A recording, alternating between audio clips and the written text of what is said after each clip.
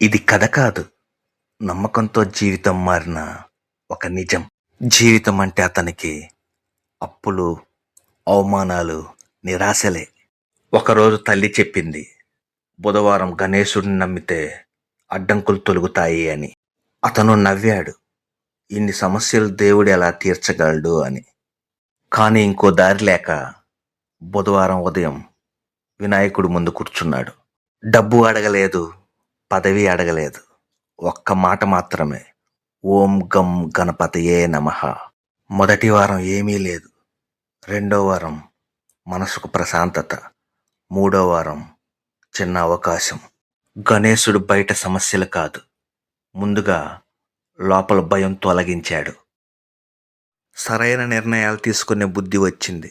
అదే అతని మొదటి విజయం. ఒకే ఏడాదిలో జీవితం దిశ మారిపోయింది. అతను అన్నాడు, గణేశుడు నాకు డబ్బు ఇవ్వలేదు, డబ్బు తెచ్చుకునే బుద్ధి ఇచ్చాడు అని.